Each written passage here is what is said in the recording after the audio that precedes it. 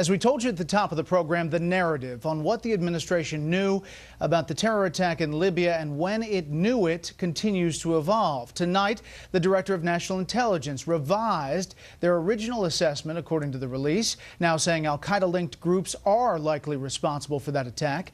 But we reported this week that intelligence sources said that determination happened within 24 hours of the attack. So with that in mind, we bring you back to try to put it all in context, starting several weeks before the event. August 2012, an unclassified report called Al-Qaeda in Libya, a profile compiled by the Defense Department's Combating Terrorism Office and the Library of Congress, states that under the direction of Al-Qaeda's senior leadership, Al-Qaeda affiliates in Libya, Al-Qaeda in the Islamic Maghreb, or AQIM, and Ansar al-Sharia are gaining strength, are likely joining forces, and are, quote, currently in the expansion phase. September 5th and 6th, at their convention in Charlotte, Democrats touted a crippling of al-Qaeda. Ask Osama bin Laden if he is better off now than he was 4 years ago.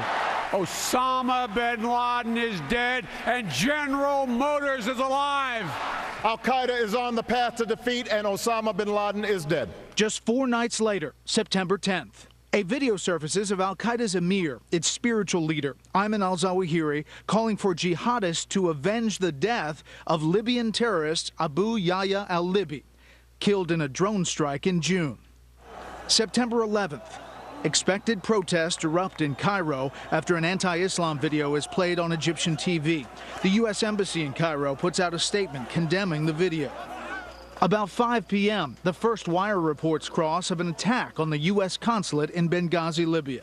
That night, the Romney campaign releases a statement condemning the attacks, but criticizing the Obama administration for the Cairo embassy release about the anti-Islam film. Also that night, the White House disavows the original Cairo embassy press release on the film. September 12th. The U.S. ambassador to Libya, our ambassador, has been killed, along with 3 other Americans after a series of attacks. America's commitment to religious tolerance goes back to the very beginning of our nation. But let me be clear, there is no justification for this. None. The focus at the Romney press availability, his overnight press release. Governor Romney, do you think, though, coming so soon after the events really had unfolded overnight was appropriate to be weighing in on this as this crisis is unfolding in real time? The White House also issued a statement saying it tried to distance itself from those comments and said they were not reflecting of their views. I had the exact same reaction. The Rose Garden minutes later. We will not waver in our commitment to see that justice is done for this terrible act. By this point, according to sources, the U.S. intelligence community already knows the attack was a terrorist act, has listed it as such internally to unlock resources, and believes it was al-Qaeda or al-Qaeda-linked groups in Libya. Sometime within the next 3 hours, President Obama sits down with 60 Minutes. Have recent events in the Middle East given you any pause about your support for the governments that have come to power following the Arab Spring? I think it was absolutely the right thing for us to do, to align ourselves with democracy, universal rights, a notion that people have to be able to participate in their own governance.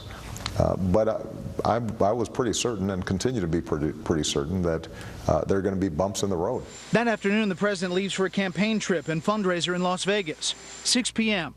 Fox News already has intelligence sources saying al-Qaeda-linked groups could be behind the attack. U.S. officials are investigating whether a pro-al-Qaeda group known as the imprisoned Abdul Rahman Brigades was involved. It was a coordinated military-style, commando-type raid that had both direct fire and indirect fire military movements involved in it. This was a well-planned, well-targeted event, no doubt about it. And we weren't alone. David Martin reports it may have been a terrorist strike timed to 9/11. This was executed by a group that is either associated with or sympathizes with al-Qaeda. Roughly 9 p.m., President Obama mentions the attack but spends most of the time campaigning in Nevada. Now, because Nevada is a battleground state, you are aware that we've got an election going on. From Nevada, the president goes on to campaign in Colorado.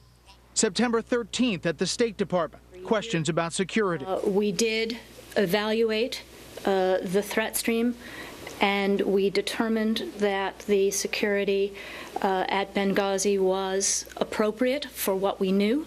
And another statement about the anti-Islam video. There is no justification, none at all, for responding to this video with violence.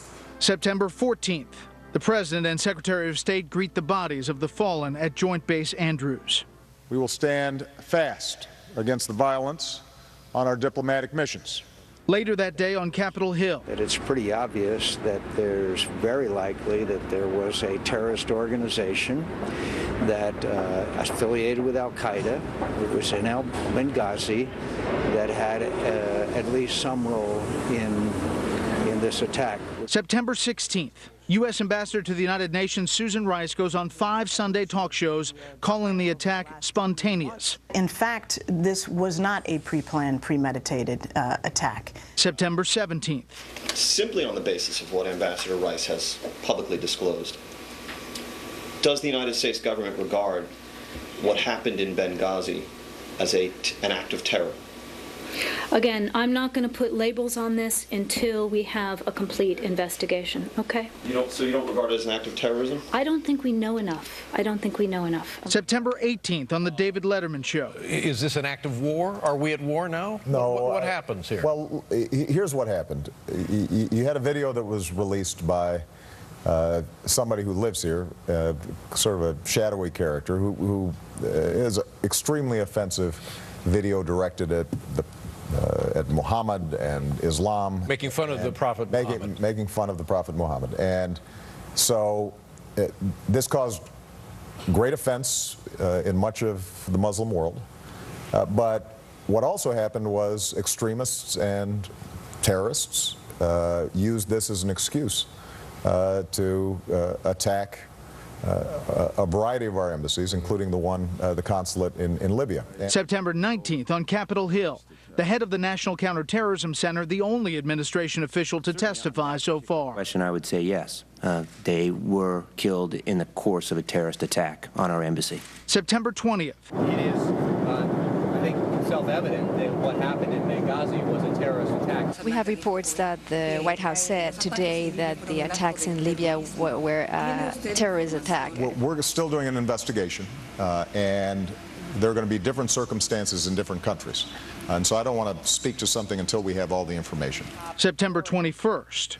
What happened in Benghazi was a terrorist attack. September 24th. Then I heard Hillary Clinton say that it was an act of terrorism. Is it? What do you say? Well, we're still doing an investigation. There's no doubt that the kind of weapons that were used, the ongoing assault, that it wasn't just a mob action. September 25th at the United Nations. There are no words that excuse the killing of innocents. There's no video that justifies an attack on an embassy. Al-Qaeda in the Islamic Maghreb and other groups have launched attacks and kidnappings from northern Mali into neighboring countries.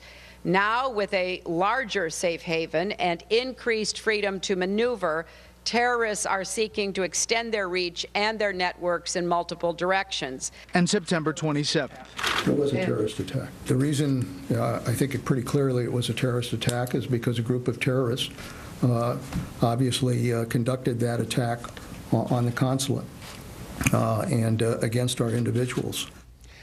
That last soundbite from Secretary Clinton about al-Qaeda in Islamic Maghreb matches a quote in that report I told you about at the beginning of the piece, almost verbatim. From everything we've been told, the FBI tonight still has not stepped foot inside Benghazi, the site of the attack, and may never get there. We will stay on this story.